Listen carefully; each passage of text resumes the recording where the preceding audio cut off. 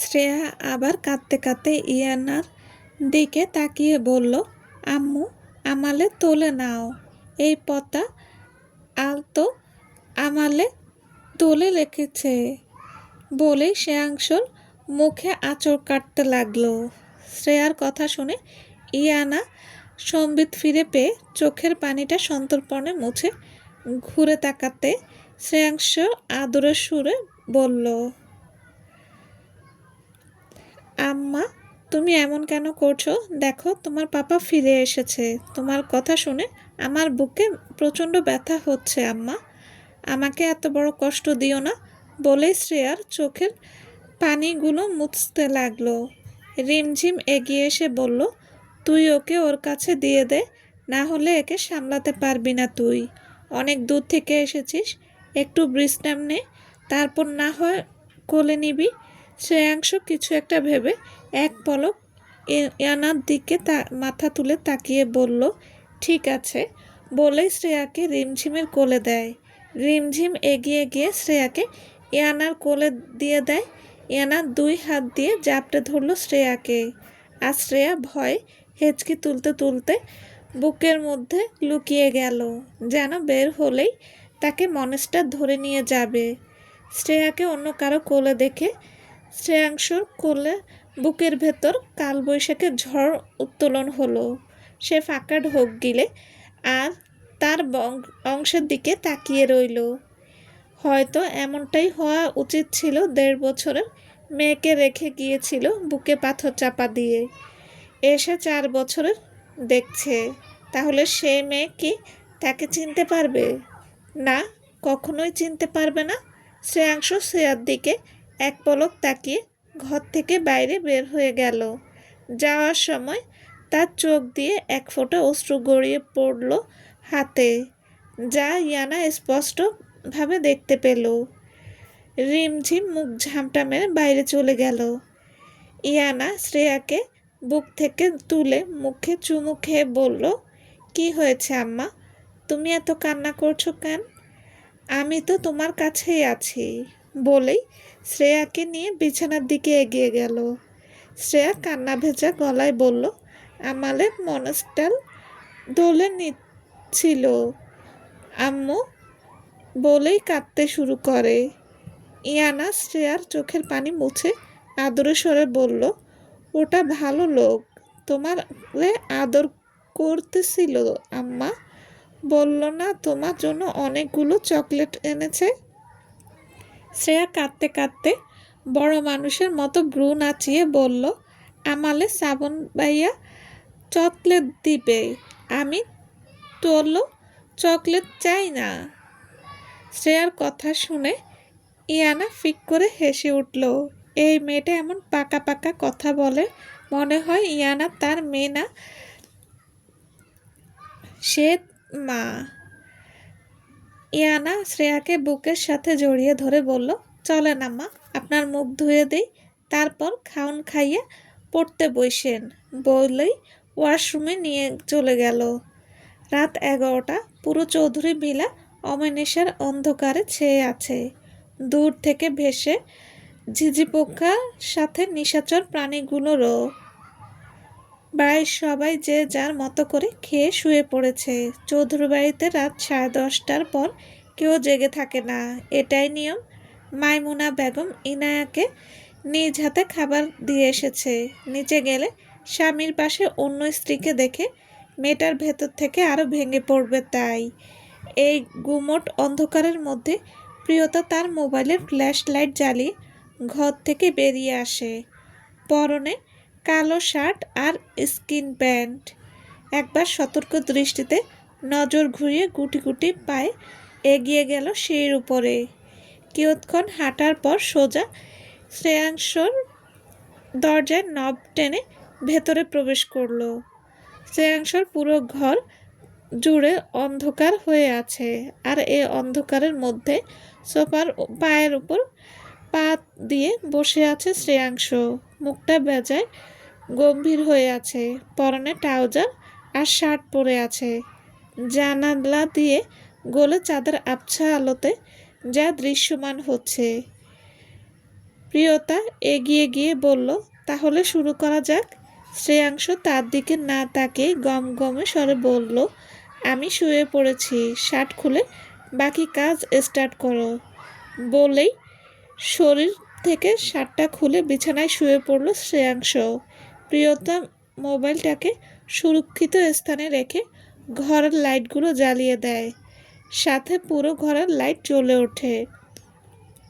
হয়তো কেউ দেখলে মনে করবে এটা কোনো ঘর নয়, এটা হচ্ছে এক টুকরো সাদা মেঘ যা ঘরে এনে রেখেছে।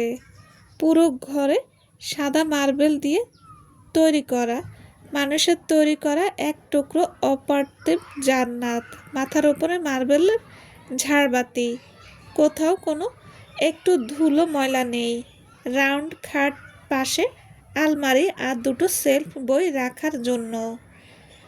ঘরের সাথে লাগোয়া একটা বারান্দা বিদ্যমান। প্রিয়তা একটা ট্রলি ব্যাগ থেকে বিছানায় রাখতে শ্রেয়াংশকে দেখে আঁতকে উঠে বলল, আপনার বুকে দা বাকি কথা বলতে পারে না প্রিয়তা। তার আগে শ্রেয়াংশ ডান হাত তুলে বলল, আমি জানি প্রিয়তা, তোমার কাজ স্টার্ট করো। প্রিয়তা একটা কোল্ড বক্স বের করে, সেখানে নানা মেডিসিন আর ইঞ্জেকশনের সিরিজ রাখা আছে।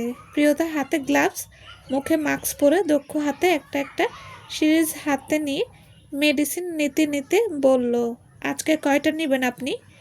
শ্রেয়াংশ বলল, আজকে 6টা দাও ডোজ। আমি চাই না কেউ আমার ব্যাপারে জানতে পারুক। শ্রেয়াংশ কথাগুলো চোখ বন্ধ করে বলল। প্রিয়তা বলল, আপনার পরিবারকে জানানো উচিত, বিশেষ করে আপনার মাকে। তাকে বুঝিয়ে বলুন। প্রিয়তার কথা শুনে শ্রেয়াংশর ঠোঁটে ব্যথাতুর এক চিলতে হাসি ফুটে উঠল। তারপর বলল, আমি কাউকে কষ্ট দিতে চাই না প্রিয়তা, তাই তো এতদিন আমার জান বাচ্চাগুলোর থেকে দূরে ছিলাম। কিন্তু ভাগ্য আমাকে আবার এখানে এনে ফেললো, থাকতে পারলাম না তাদেরকে ছেড়ে। হয়তো এটাই নিয়তি বললে।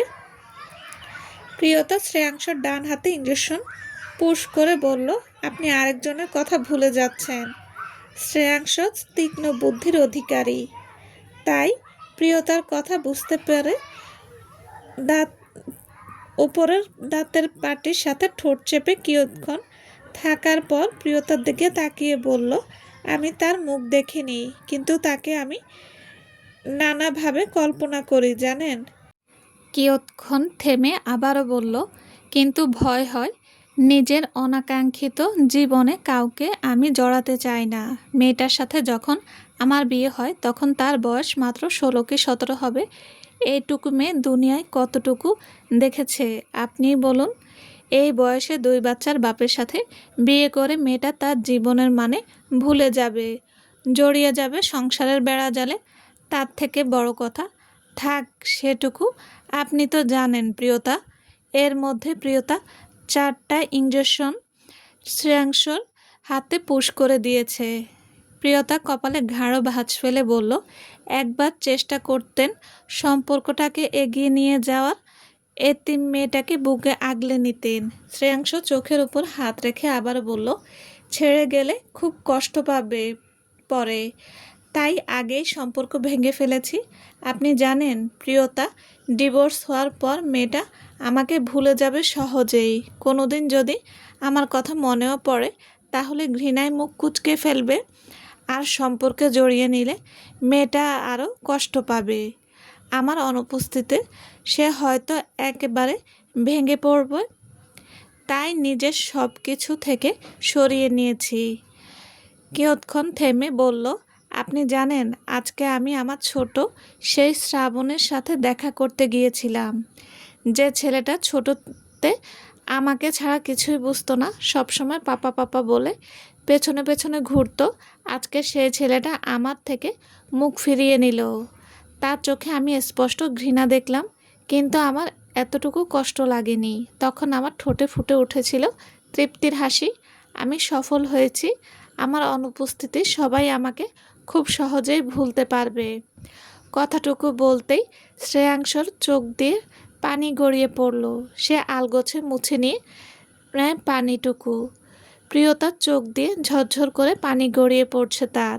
সে ভাবে, এই মানুষটার কপালে কেন এত কষ্ট? তাকে কি এতটুকু সুখ দেওয়া যেত না? কত সুন্দর হাসি খুশি পরিবার থাকা সত্ত্বেও লোকটা নিজের সাথে একাই লড়াই করছে।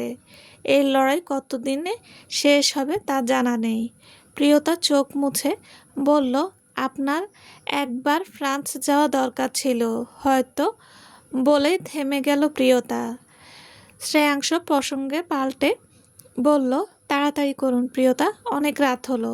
প্রিয়তা আর কিছু বলল না। সে নিঃশব্দে বাকি ইঞ্জেকশন দিয়ে হাতে গ্লাভস খুলতে খুলতে বলল, আপনি সবাইকে বলবেন আমাদের বিয়ে হয়নি। নিজেকে খারাপ বানানোর নেশায় পরিবারের কাছ থেকে এত দূরে সরে যাবেন না প্লিজ। আমি নিজের কাছে অপরাধী হয়ে যাচ্ছি। শ্রেয়াংশ শার্ট পরতে পরতে বলল, যেমন চলছে সেরকম চলতে দিন।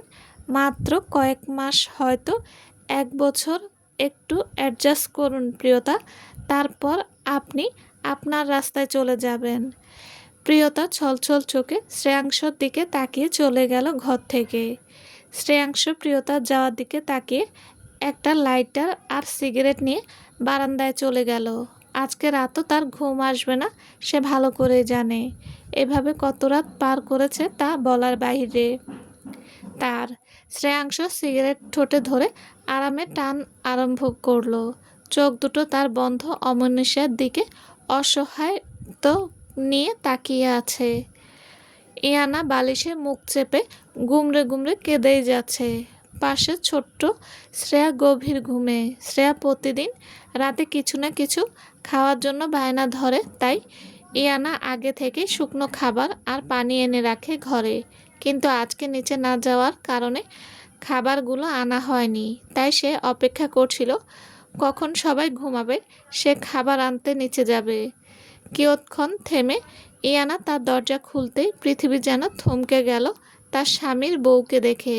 প্রিয়তা তখনই শ্রেয়াংশর ঘর থেকে বের হচ্ছিল। ইয়ানার আর সামনে যাওয়ার গেল না। সে এক দৃষ্টিতে মেয়েটার দিকে তাকিয়ে রইল। তার চোখ দিয়ে টপ টপ করে পানি পড়ছে। প্রিয়তা তাকে লক্ষ্য করেনি। সে নিঃশব্দে সিঁড়ি দিয়ে নেমে তার ঘরের দিকে চলে যায়। আর প্রিয়তা ওভাবে দরজা খোলা রেখে বিছানায় ছুটে এসে উপর হয়ে বালিশে মুখ গুজে কান্না করতে লাগলো। কোনো মেয়ে সহ্য করতে পারবে না তার স্বামীর পাশে অন্য একটা মেয়ে। ইয়ানাও পারল না, তার বুক ফেটে চৌচির হয়ে গেল। ইয়ানা একভাবে কেঁদেই যাচ্ছে, কোনো দিকে খেয়াল নেই। তখন থেকে শ্রেয়াংশ তার পাশে দাঁড়িয়ে পকেটে হাত ভরে ভ্রু কুঁচকে তাকিয়ে আছে। বোকা মেয়েটা সেটাও বুঝতে পারছে না কে শ্রেয়াংশ এসেছিল শ্রেয়াকে এক পলক দেখতে। ভেবেছিল শ্রেয়াকে ঘুমন্ত অবস্থায় কোলে নিয়ে এসে তার ঘরে এসে একটু আরামে ঘুম দেবে। মেয়েটার শরীরের ঘ্রাণে 2.5 বছরের নিদ্রাহীন রাতগুলো আজকে উসুর করবে। কিন্তু এখানে এসে ভেবাচেকে খেয়ে যায় যে মেয়েটা তার মেয়ের দেখাশোনা করছে তাকে কাঁদতে দেখে। শ্রেয়াংশ গম্ভীর স্বরে বলল, এই মেয়ে, কাঁদছো কেন? ইয়ানা গম্ভীর স্বর শুনে কান্না ভুলে ভেজা চোখ নিয়ে পেছনে তাকাতেই মাঘ মাসের ঠান্ডার মতো তার ছোট্ট শরীরটা ক্ষণে ক্ষণে কেঁপে উঠতে লাগলো।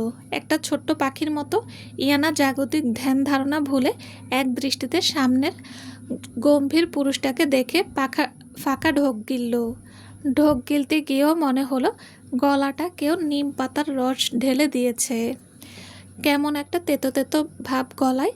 চোখ দিয়ে এখনো পানি গড়িয়ে পড়ছে তার। হয়তো পুরুষটাকে সামনে দেখে কিছুক্ষণ আগের চিত্রপটটা চোখের সামনে ধরা দিল। সে সামনের পুরুষটার দিকে তাকিয়ে সৃষ্টিকর্তার কাছে আক্ষেপ স্বরে মনে মনে বলল, আমায় কেন একটু সুন্দর কইরা সৃষ্টি করলে না? তাহলে নিজের স্বামীরে অন্য মেয়ের পাশে দেখতে হতো না। আমার যে এত বড় কষ্ট সহ্য করবার ক্ষমতা নাই আল্লাহ। কালো মেয়েদের কপালে এত কষ্ট দেখা কেন কালো করে পাঠাইলা তুমি? কথাগুলো বলে কান্নার দমক উঠল ইয়ানার। শ্রেয়াংশ কপালে ভাঁজ ফেলে তাকিয়ে রইল ইয়ানার দিকে। সে বুঝতে পারছে না এই মেয়েটা কেন এত রাতে কান্না করছে। কেউ কি তাকে বকেছে? বাস কোনো সমস্যা যার জন্য কাঁদছে মেয়েটা? শ্রেয়াংশ কথাগুলো ভেবে ইয়ানার দিকে এগিয়ে গেল কয়েক পা। অতঃপর কপালে ভাঁজ শিথিল করে শান্ত গলায় আবার বলল, এই মেয়ে, তুমি কাঁদছো কেন? ইয়ানার কান্না যেন থামার কোনো নাম নেই।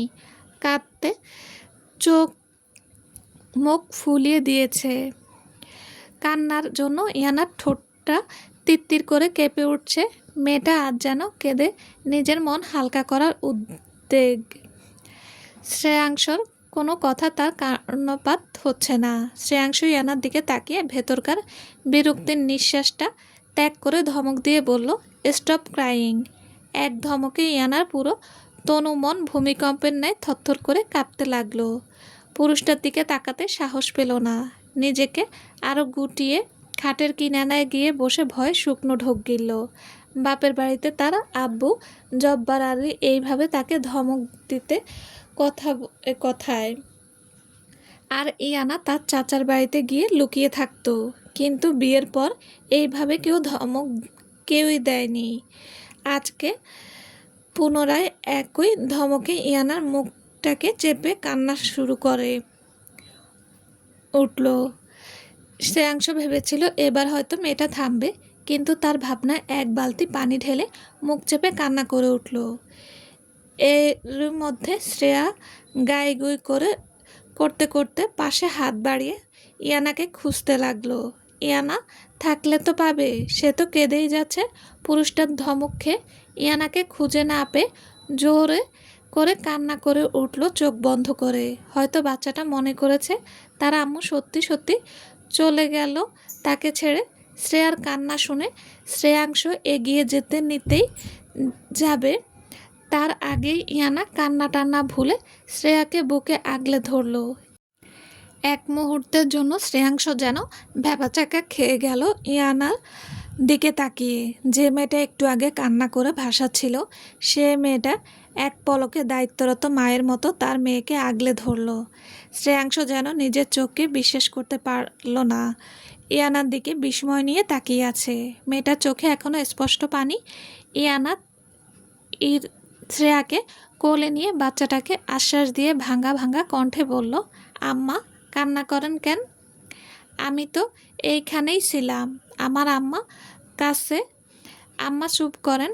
আম্মা বলতে বলতে পিঠে থাপ্পড় মারতে লাগলো।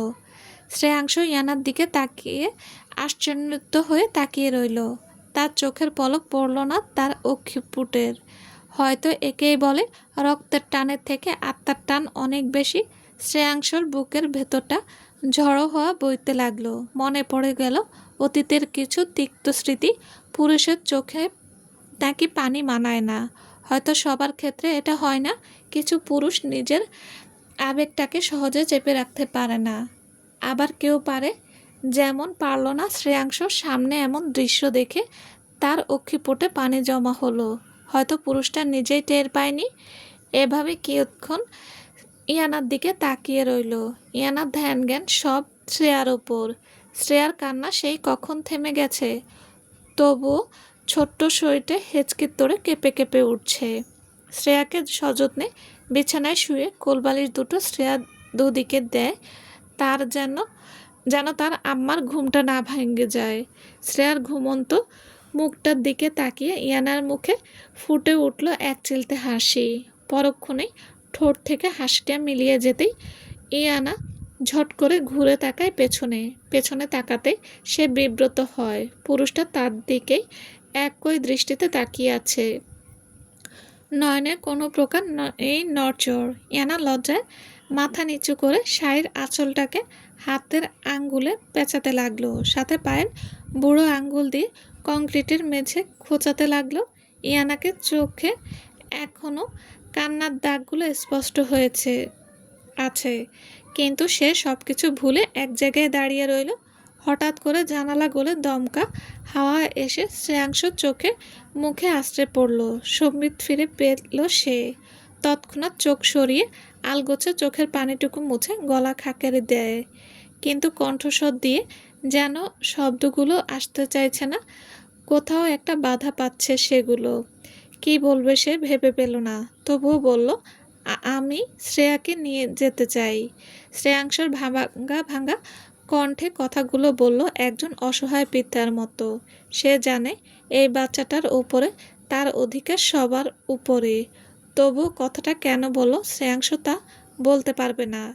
ইয়ানা এক ঝটকায় মাথা তুলে অবাক চোখে সামনের পুরুষটাকে দেখল, যে সে যেন বিশ্বাস করতে পারল না কথাটা। পরক্ষণেই মনকে সান্ত্বনা দিয়ে ভাবল হয়তো এমনটাই হওয়া উচিত। বাচ্চার বাবা হয়ে বাচ্চাকে চাইতেই পারে। সে পালিত মা, বাচ্চাটা তো আর তার নয় যে আটকে বলবে আমার বাচ্চাকে দেব না, যা করার করুন। সে গুড়ে বালি, এগুলো সব মিথ্যা, কখনো বলতে পারবে না সে। নিজের ভঙ্গু শরীরটাকে পিছনে কয়েক পা পিছিয়ে বলল, লইয়া যান। কথাটুকু বলতেই ইয়ানার হৃৎপিণ্ডটা ছিন্ন ভিন্ন হয়ে গেল। সে ছোটবেলাতেই তার মা মারা যায়। তার কত আত্ম হয়েছে তার হিসাব নেই, কিন্তু বিয়ে করে এখানে আসার পর ছোট্ট বাচ্চাটাকে তার শাশুড়ি কোলে তুলে দিয়ে বলেছিল, এটা তোমার মা ইয়ানা, দেখবে মায়ের যেন অবহেলা না হয়। সেই ছোট্ট শ্রেয়া ও অন্য বাচ্চাদের মতো কান্নাকাটি করেনি, ইয়ানার বুকে ঝাঁপিয়ে পড়েছিল। ইয়ানা শূন্য বুকে তাকে আগলে ধরে বিড়বিড় করে আম্মা বলে ডেকেছিল। পুরনো কথাগুলো মনে পড়ে ইয়ানার কান্নাগুলো গলায় এসে ভিড় করলো। সে দাঁতে দাঁত চেপে কান্নাগুলো গিলে প্রাণহীন পাথরের মূর্তির মতো দাঁড়িয়ে রইল এক জায়গায়। শ্রেয়াংশ এক পলক ইয়ানার দিকে তাকিয়ে ধীরে ধীরে হেঁটে গেল তার অংশের দিকে। ঘুমন্ত মুখের দিকে তাকিয়ে এক মুহূর্ত দেরি না করে কোলে তুলে এগিয়ে গেল তার ঘরের দিকে। এতক্ষণে চেপে রাখা কান্নাটা বাঁধ ভাঙল তার। এক দৌড়ে ওয়াশরুমে ঢুকে মেঝেতে বসে গলা ছেড়ে কান্না করে বলে উঠল, আম্মা, তুমিও আমারে রাইখা চইল্লা গেলা? আমি কি লইয়া বাসমু? কাকে বুকে জড়াই ধরে ঘুমাবো আম্মা? কে ঘুমের ঘোরে আমারে কপালে চুমু দিব? তোমরা সবাই স্বার্থপর আম্মা, শুধু আমারে মায়ায় ফেলাইয়া চইলা যাও, কেউ আমার কথা ভাবো না। বলেই কাঁদতে কাঁদতে ওয়াশরুমের মেঝেতে শুয়ে পড়ল সে। হয়তো আজকে আর ঘরে যাওয়া হবে না তার।